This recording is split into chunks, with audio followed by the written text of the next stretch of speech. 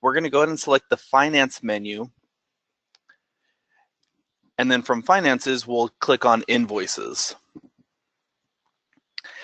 When we get into the Invoices tab, the system defaults it to invoices that are ready to be posted to QuickBooks. These are invoices that have already been billed out into the system and or have been closed at the same time. Like I said, it defaults it to a ready to post. From this tab, we can go ahead and click on the large box to select all of the invoices. And then we're going to post this data to QuickBooks. QuickBooks is going to actually generate the invoice that you're going to send out to your customers. Once we've selected all of the invoices, the Post Invoices button then becomes available and also includes the number of invoices that you've selected. So for this one, we'll go ahead and post 12 invoices.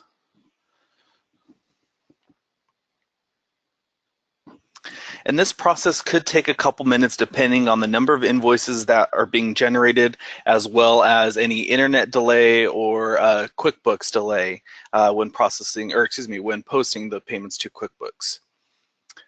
From what we can see here in the invoice status is the invoices are now in flight. This means LegalConnect is communicating with QuickBooks to generate the invoices on the QuickBooks side, as well as having the data available in LegalConnect. We can see the process of this by clicking on the View Transactions button and just clicking the refresh button will go ahead and get us the most recent or the most up-to-date status on where we are on this posting. So we see here it's retrieving the data for us. This is our third batch on this system here. And it looks like we have successfully posted all 12 invoices. Once the invoices have been posted to QuickBooks, we can then go ahead and close this menu and change the menu of our invoices from ready to post to ready for payment. In the ready for payment menu, we can see all the invoices that have already been posted to QuickBooks. Now that invoice is posted to QuickBooks, we can go ahead and process the payment. Real quick, I do want to go through a pro tip here. When processing the payments, because the credit card and ACHs are processed differently, we suggest processing the payment separately. This way, when you're reconciling your reports, it's easier to manage the credit card and ACH payments.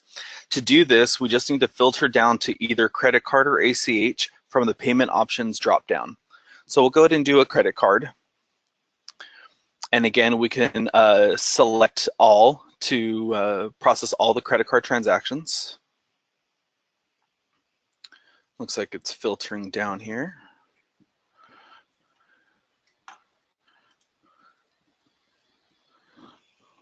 All right, once we have it filtered, we can go ahead and select the big box on the left corner. This way we'll select all of the invoices. And we can click the Process Payments button. This is similar to what we just did in the posting transactions. Once we process the payments, the system will begin the process to first get the current balance from QuickBooks. The balance due from QuickBooks will always be what is charged to the card that's in PayTrace. If the payment is successful, the invoice in QuickBooks will be marked as paid and the LegalConnect portal will mark that invoice as completed.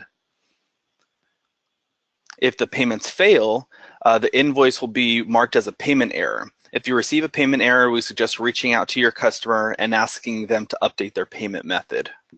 These are a little more common. If you ever receive a post error, please let LegalConnect know and we'll diagnose the issue and ensure that that invoice is posted properly into QuickBooks.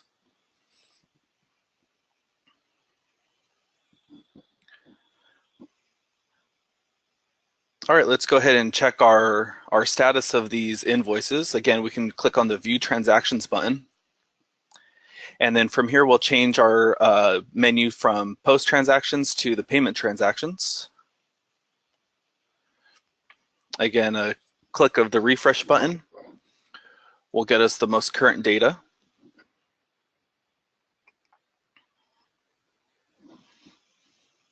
And it looks like it's going through the system right now. So far we have 9 successful. We still have a few more that are processing through.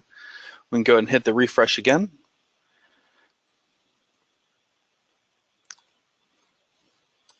And it looks like it's still going. Like I mentioned earlier, if for any reason you receive a payment error, and these are going to be more frequent, you'd always just reach out to your customer, ask them to update their payment information. They can do so in their customer portal. Once they've updated their payment information, you could then come back to the Invoices tab. Let's go ahead and close this tab here, and we'll go to the Payment Errors menu,